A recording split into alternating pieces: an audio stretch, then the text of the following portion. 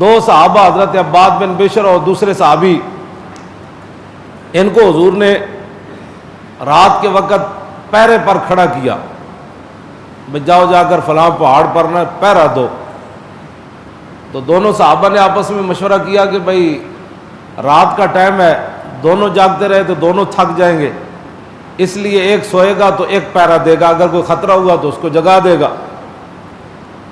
عباد بن بشر کہتے ہیں کہ وہ دوسرے صحابی، میں تو سو گیا، انہوں نے نماز کی نیت باندھ لی اور قرآن پڑھنا شروع۔ میں ان لوگوں کے لیے بات کر رہا ہوں جو تراویح پڑھتے ہوئے بھی ایسے ایسے کرتے ہیں، اور جو 4 تراویح کے بعد دیکھتے ہیں اچھا 5 بجے جی 10 منٹ ہوئے، اچھا 4 تراویح ہوئی، جے قرآن وال دل ہوئے نا، قرآن وال تو رات بھی گزر جائے سمجھے گا جی ہوں کھڑے ہوئے مولانا صاحب۔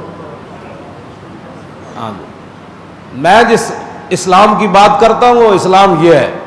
عباد بن بشر کہتے ہیں وہ صحابی کھڑے ہو گئے، انہوں نے کہا کہ میں بھی اگر بیٹھا رہا تو نیند آ جائے گی۔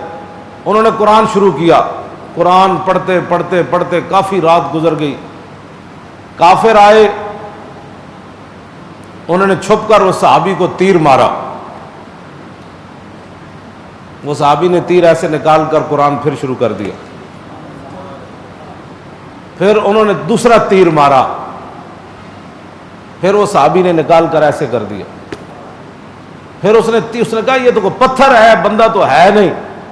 اس نے پھر تیسرا جب تیر مارا تو صحابی کہتے ہیں میری بس ہو گئی، تو میں نے جلدی جلدی رکعت مکمل کر کے سلام پھیر کر عباد بن بشر کہتے ہیں مجھے جگایا، تو کہتے ہیں عباد بن بشر کہتے ہیں میں نے دیکھا وہ خون سے لت پت ہے اور قریب المر گئے، تو میں نے کہا آپ کو کیا ہوا؟